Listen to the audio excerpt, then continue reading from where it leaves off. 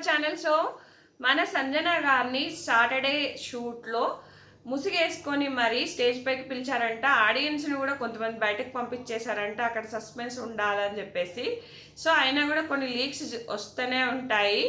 So Sanjana గారిని పిలిచేసి తర్వాత మెల్లిగా ఆ సీక్రెట్ రూమ్లోకి కూడా కాదు, మళ్ళీ హౌస్లోకి అయితే పంపించేశారంట. సీక్రెట్ రూమ్ కూడా ఏం లేదు.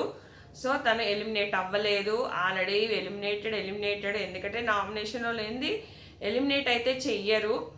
ఎందుకంటే అసలు నామినేషనే లేనిది మనోళ్ళు ఫుల్ డ్రామా ఏడుపులు, మన ఇమ్ము ఏడుపు, తనుజ మొహమ్మద్ ఇట్లా పెట్టేసుకుంది.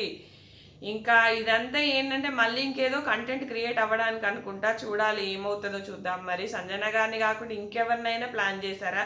మళ్ళీ హౌస్లోకి పంపించారంటే మేబీ మాస్క్ మ్యాన్ ఏమైనా పంపిస్తారనుకున్నారేమో తెలియదు కానీ, సో ఇట్లా మళ్ళీ హౌస్లోకి అయితే పంపించేశారంట.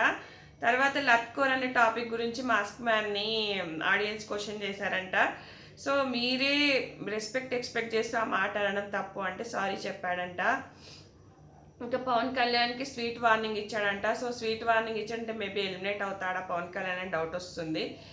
ఇంకా అలాగే దొంగతనాల గురించి కూడా డిస్కషన్ జరిగిందంట. దొంగతనాలు కూడా మేబీ ఆపుతారేమో. సో ఇంకా అది ఎక్కువ అయిపోతుంది. రోజు దొంగతనం, సంజన గారు దివ్యనికిత బట్టలు తీసి బీన్ బ్యాగ్లో పెట్టడం ఎట్లా అయిందో ఏమో. దివ్యనికిత కూడా ఇప్పటివరకు అయితే ఎక్సలెంట్గా మాట్లాడుతుంది అనిపించింది. చూద్దాం ముందు ముందు. ఆల్రెడీ బాల్ టాస్క్ జరుగుతుంది. ఆ బాల్ టాస్క్లో మనకు లాస్ట్ భరణి ఇమ్ము ఉంటారు. సో ఇమ్ముకి అందరు సపోర్ట్ చేస్తారు. ఇమ్ము కెప్టెన్ అయిపోయాడు ఆల్రెడీ. మనకు ఆల్రెడీ నేను ఆ వీడియో కూడా చేశాను. సో నచ్చితే ఖచ్చితంగా ఫాలో అవ్వండి. సో సాటర్డే పెద్దగా ఎఫెక్ట్ ఇచ్చేది ఏం లేదు, అంత ఫైర్ కూడా ఏం లేదట, అలా అలా సాగిపోయిందంట.